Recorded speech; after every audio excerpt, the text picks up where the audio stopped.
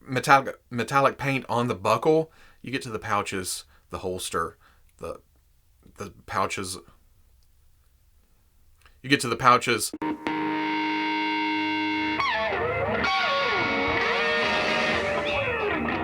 In case you were wondering why I edit videos. Okay, people, welcome back to another Fwoosh Weekly. As always, I'm Robo, and it's just another week. It's the same, just... I cannot believe how busy it's been over the past few months, at least when it comes to toy news and reveals and, oh my god, pre-orders. My bank account is no longer screaming. It's just, you know... But that's nothing to complain about. First up, we knew it was coming. It was just a question of when, but Medicom has announced some new Mafex release date changes. The Into the Spider-Verse Miles, which was originally scheduled for June, is this June? Yeah, it is June right now. It is now July, while the Peter B. Parker, who was also this month, has been pushed to August. I don't know if there's more intricate stuff there with the swappable legs and other pieces. Who knows? I don't know why Medicom does what Medicom does. And then the Chicago Bulls Michael Jordan, originally scheduled for April, has also been pushed to August. Again, this is nothing new. We expected this. And if it helps make things as good as what I'm hearing from the Infinity War Thor that just released, I gotta look at next week, I'm okay with a little more wait. At least they're not all releasing at the same time like we were hoping they wouldn't. That would have been a nightmare. Keeping with Medicom, like I said last week, the solicitations for the Mafex Mandalorian in Beskar armor were just going up as I was recording, so we hadn't seen big, pretty promotional pictures yet. And yes, I'm using this as an excuse to cleanse the old Mando palette after getting frustrated with the SH Figuarts Mandalorian earlier this week. After messing with the wonky proportions of the SHF figure, it makes me appreciate this a lot more. I feel like they nailed the head size, the proportions, the details, the paints, everything. I mean, this looks like a steal from the show. We can also see little details better with these bigger pictures, like the actual sculpt of the knife, and then the color gradation on the big-ass flame effect from blue to white to yellow to orange, and even a little purple hue to the blaster. Also, take a look at this rifle. There is a strap already on it with a little peg, and then you can see on the bandolier that there's a peg hole. So this is a simple matter of putting that strap over the shoulder, plugging it in, and I'm assuming something in the back to keep it from just flopping around. But other than that, nice and simple. See, Bandai? See how easy it can be? No little microscopic plugs for me to lose 5 minutes after opening the box.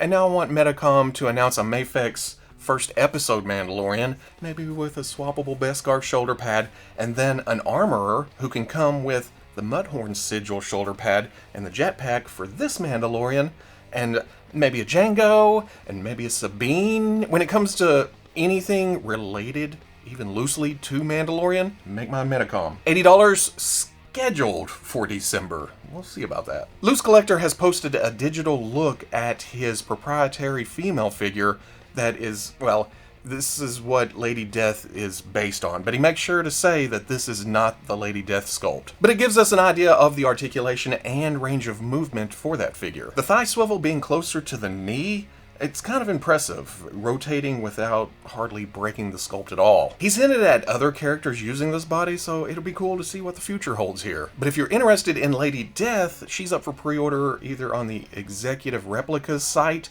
or on Coffin Comics for about $53. Oh, Warhammer!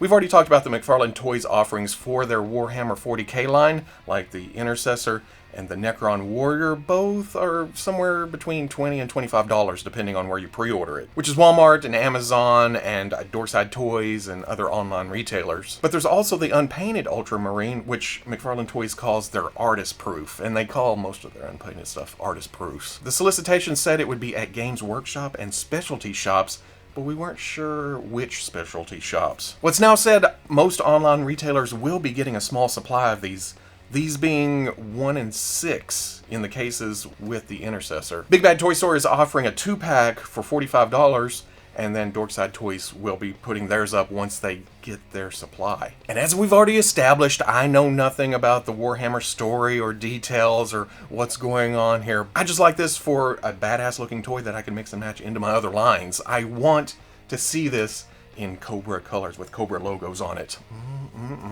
And those should release fourth quarter 2020. Woo! Dragon Ball Z! I'm keeping all the don't know stuff right here together. Bandai teased an SH Figuarts Dragon Ball Z Kid Gohan several weeks ago, and then this week we get full pictures and pre-order. With two hair options, either long or bowl cut, you can have Gohan from the Saiyan arc or the Namek arc. And I only know that because I read the description on the figure itself. I've seen these episodes, I think, but it's been a long time, and I need to go back and watch it again. It also has a few face options. You always have to have a Dragon Ball Z character screaming, several hands, and then the Namekian Dragon Ball and the Dragon Radar. Gohan is technically a Soul Web exclusive, but unlike past ones, where you can only order it through third-party vendors or overseas, this is also available on the premium Bandai US site. And I figure since Bluefin is promoting this, that it'll be available domestically too. $52 comes out in December. That ain't all the Gohan love this week though.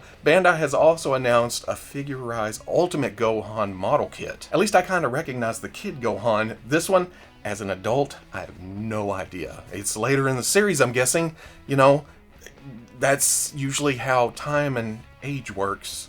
As it progresses, characters get older. The body seems to be mostly reuse of the older Goku kits, which we saw quite a few versions of that, and then it's just changed up the head for Gohan looks. But it does give two different options, two different faces for standard Gohan, and then two different faces for Super Saiyan Gohan. And then there's also rehashed effect pieces. And I don't mean to say that as a negative. If it works, and it gets more characters into the model kit line. More models is always good. $21 should release in October. You know, any model kits, even ones celebrating the 50th anniversary of Cup Noodle. Okay, not really an action figure, but it's a 1/1 scale model of a cup of noodles. Doesn't everyone need one of these? No action, unless you want to move around the shrimps and all the little things on top, but it's a surprisingly intricate kit for what it is, and well, it'd be an interesting conversation piece in your collection, or for hijinks in the kitchen. Ooh, just fun all around, really, and that's the name of the game, right? $20 comes out in September. Overseas sites have updated a couple of the Transformers War for Cybertron Earthrise figures with new pictures, and it gives us a better idea of what we're getting. I mean, we already knew the characters and we saw the digital sculpts and have an idea, but this gives us a better idea. You know where I'm going with this. Like for RC, much needed character, needed on the shelf, and up till now we had mostly seen her like this, standing on the shell of her vehicle mode. I think this is the first time that we've seen her with everything on her back though, and she's definitely ready for the first day of school, and the second day, and probably up until the next semester. That is a lot of backpack. With this line, and well, Transformers in general really, I only really care about the robot mode, and with past figures, I've been able to remove some of that, like with Soundwave, and I think Megatron had the tank tracks. I was able to pop those off without much problem. Hopefully this is the same deal, because when I buy this, yeah, if it's not easily removable, I may have to go through the trouble of doing it the hard way to remove it. We also see updated Trailbreaker pictures, and he's looking a little bit more blocky than I was hoping for, or the way I picture him, but at the same time, I'm slowly coming around to him being beefier. I'm more concerned with the fact that either nobody told me, or I had forgotten that I can plug my VCR into his crotch. That's an awesome feature! Maybe I can charge my phone or something. It also looks like you can remove the camper shell from both truck mode and robot mode, but it helps hide the internal workings. And I know why it opens, so those weapons can either hide or come flipping up, but I've always pictured the truck mode as having a camper. So, camper stays. Both of these are expected in November. Just when you think Mattel has left a line to fossilize and lie dormant for years, they grab their excavation equipment and dig it back up, announcing new figures for the Jurassic Park Amber Collection. See what I did there? That's the kind of high-quality entertainment that you've come to expect from Fwoosh Weekly. I think either Entertainment Earth or Mattel did tease Nedry and the Dilophosaurus at last year's New York Comic-Con? And now 8 months later, we see the full reveal and the solicitation. I love that they've added extras to the Dilophosaurus to make up for the size difference. At least I'm thinking this is smaller than a raptor, right? But we get a sign pointing to the east dock, and then a spitting effect, and then swappable pieces for the neck, so you can either have it flared out or or in the down position around the neck. But then there's Newman. You know, I've seen Jurassic Park more than a few times, but in my brain, I've never thought of Nedry as the villain. I don't know why, because he is. If it wasn't for this guy, none of that would have happened. It would have eventually happened, of course. I mean, you can't play with the laws of nature like that and not be bit in the ass. Nedry just helped that along. I mean, he is the stereotypical Weasley mustache-twirling villain, and I've never thought about that. I've always been distracted by, the dinosaurs are gonna eat him. The figure is okay. I mean, I feel like it could be closer to Nedry in the movie, but you can look at this and go, oh, yep, that's Nedry. I think I'm more impressed by the Barbasol can here that actually and the ID on the chest hanging around the neck, that is fancy looking as hell. And then this, which I know what this is supposed to represent, but it looks more like Jurassic Park by way of Family Guy. Still, getting Nedry and the Dilophosaurus and the signs and everything relating to that scene gives you an instant diorama for the shelf, and I like the thought that Mattel put in there. Still, I want them to make the bases more of an orangey amber color than the piss yellow it is right now. Nedry's $27, Dilophosaurus is $32. They both come out in July. Seems just last week I was deciding to skip on the TBLeague Purgatory, only to turn around and pre-order the TBLeague Vampirella, and then this week we get a TBLeague Red Sonja pre-order. Basically, a female rubber body over a metal skeleton. All the articulation is hidden under there, and then Red Sonja accents thrown on top of that. It does look different where the whole forearm and hands are interchangeable right below the elbow. I think that takes away the wrist articulation, but given the size of some of the accessories, I'm guessing that was done for stability reasons. That axe goes in the hand, and I guarantee... As intrigued as I am by the lifelike look of the seamless body, even though it feels a little bit corpsey, all cold and clammy, I wish they would add a little bit more emotion to their head sculpts. Don't get me wrong, I like the look of it. It's detailed, but she just looks kind of bored. I mean, she has blood on her, and blood on her weapons, and she should have kind of a more angry look or something, I don't know. She does come with some nifty accessories though, like a sword with sheath, a knife with a scabbard, a shield, big ass axe, all four bloody from dispatching enemies. I also really like that she has blood splatter or cuts on her in places and a little bit of dirtiness. It makes me less leery about handling it. With rubber bodies or cloth goods, I'm always afraid of, you know, skin oils and stuff getting on it and then dust. This, the dirtier she gets, the better she looks. $80 should hit in September. I was browsing around Ami the other day, as I tend to do, and I ran across a listing for the NECA Ultimate Back to the Future Tales from Space Marty McFly. We had seen the prototype at Toy Fair, but it was suspiciously missing from the first wave. Comes with a hairdryer, comes with a Walkman, 3 separate heads. At least I'm thinking it's 3 separate heads. One with the full helmet, one with the mask of that helmet pulled up to show Marty's face, and then just Marty's head, and that comes with a helmet that can be held in the hand. Or does the helmet come off because both of the Marty faces seem to be the exact same sculpt? The Michael J. Fox likeness still isn't really coming across here, but that may be promotional shots or the booth lighting. This may look better in person or in later promotional shots where they get the mood lighting in and backdrops and scenery. $40 comes out in September, and just to throw it out there, someone on the Fwoosh Facebook page mentioned that, oh, here's our Marvel Thunderbolts Radioactive Man. I may have to give that a shot. Target has posted landing pages for their exclusive NECA Teenage Mutant Ninja Turtles cartoon 2-packs, and it's already giving me the toy sweats just thinking about trying to get these damn things in my hands. Now, the pages say sold out, but don't worry, they haven't actually been up for order yet. That's just what it says when it's in a holding pattern. And if you listen closely, do you hear it? The faint click, click, click, click, click, click, click, click, click, click of people refreshing the page over and over until these finally hit in stock. We've seen these shots of the figures themselves, but the pictures have been updated to include all the accessories that come with these. April actually comes with more than I thought she would, while her foot soldier has a couple of guns, throwing stars, and a communicator. The other foot comes with the same assortment, while Casey gets his sports equipment. And then I didn't realize how much stuff Leatherhead and Slash was getting. I just assumed by their size that they were going to be cut back on accessories, but nope. I think NECA has said that these will go live closer to the end of the month, with April and Foot Soldier and Leatherhead and Slash going up one week, and then Casey and Foot going up the week after, something like that. And by live, I mean not pre-orders. These will go live, you order them, they ship. At least that's how I hope it works, not live, gone. You missed out. For this month's Marvel Monday, instead of doing a fan channel exclusive reveal, Hasbro has fully solicited their Deadpool Legends Strong Guy wave. Strong Guy was revealed at San Diego Comic-Con 2019, which might as well be 100 years ago at this point. This isn't my favorite look for Guido. I'm more of an X Factor's Investigations type guy, but I'll take it. It's Strong Guy. This was followed by Warpath and Sunspot at New York Comic-Con later in the year. I dig all the love that the 90s X-Force is getting, and while the new pictures of Proudstar make him look a little bit older than what I see in my brain, or, well, on the pages of those original comics, I still need it. High on the list. I don't know why he has grip hands, though. He didn't have knives with this look, did he? The knives came later, I think. But still, not gonna gripe about extras. Oh no! Too much plastic in my packaging. And then I don't think they could have went with a better look for Sunspot. It's colorful, but still showcases his power. And I'll be damned if...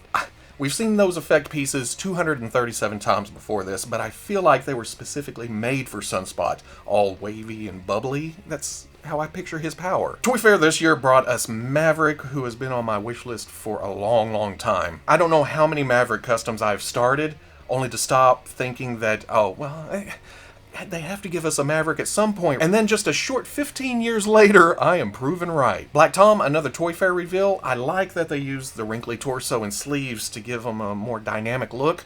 I don't think I'm sold on the head yet. He's got beady eyes. I want some more hair on top, a little more beard. I saw someone suggest adding some Groot parts to it from that time he was turning to wood, and I don't know, that would spruce up the figure a little bit. Spruce, get it? I did not plan that, I swear. That just came out of my mouth. Again, that high quality entertainment that you've come to expect. Fwoosh Weekly. But I think that the blue Deadpool also came out at Toy Fair, and I keep hearing people say, we already have this figure.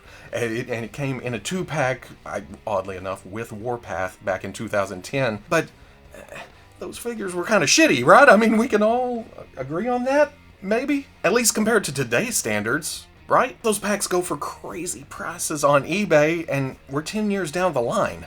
There's been at least a few new collectors in that time frame, I think. Plus, as much as some people hate to admit it, Deadpool sells. I mean, that's just a fact. As far as new reveals go, Hasbro Pulse on Sunday teased Jeff the Shark. I knew nothing about Jeff the Shark before this. Apparently he's from the Gwenpool comics and now Deadpool comics. But then it was quickly revealed that it was a pack-in for Shikla. I also know nothing about Shikla, but doing some quick research, she was married to Deadpool at some point. Yeah, information. But it's a cool addition to the Deadpool shelf, even though I don't really care for that paper material that they're using for capes, and then her huge hands. But that's not a Shikla problem, that's a female problem in general with this line. And then the last figure in the wave, either you hate it or you love it, it's Pirate Deadpool. And I'll admit, when I first saw the picture, I was like, Pirate Deadpool? And then 0.5 seconds later, I was like, oh, Pirate Deadpool, okay. A quick Google search brought me to this cover, and it's surprisingly accurate. It's a figure I didn't know I wanted until I actually saw it, and one of those fun things that catches me off guard every now and then with Marvel Legends. But I can really truly understand the people who don't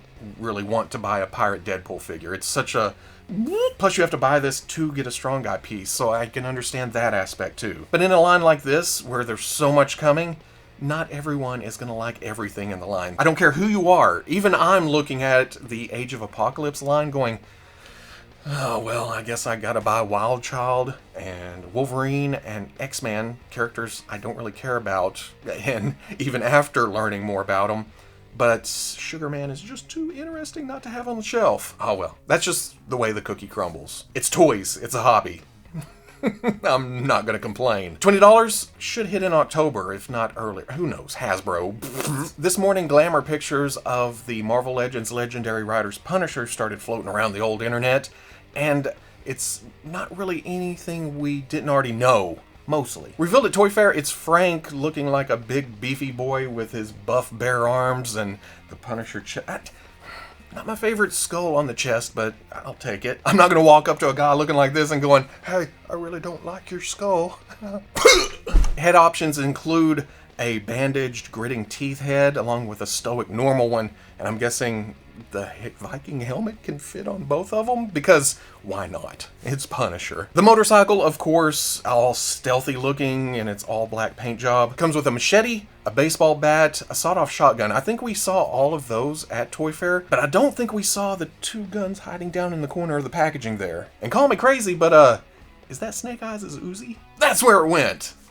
It's good to see it again. All in all, you know what new pictures mean, right? Pre-orders have to be right around the corner, if not up already by the time you watch this, because it's early Friday. Finally, a little rumor mill, or some pre-information. It looks like you can pre-order the Hasbro Star Wars Black Series Gaming Greats Darth Nihilus from EB Games Canada. Either in-store or over the phone. It's item number 755178. No pictures, no info. I'm guessing this is exclusive because it is $34.99 Canadian, which is about $25 US. And if I didn't mention it already, that's GameStop in the US. The little engine that could. Hopefully we'll get official information soon, but if it's like the Gaming Greats Stormtrooper Commander or some of the other ones, we may see pictures out of Ireland, and then a month later from over here, and then around the world, and then finally it gets announced. Now I have to read up on Darth Nihilus before talking about him again at some point in the future, lest I be bombarded with, you didn't play a video game from 2005? What kind of Star Wars fan are you, stupid? And then as I was reading this, I got an alert from yakface.com on Twitter saying that they're also taking pre-orders for a Gaming Greats Jango Fett.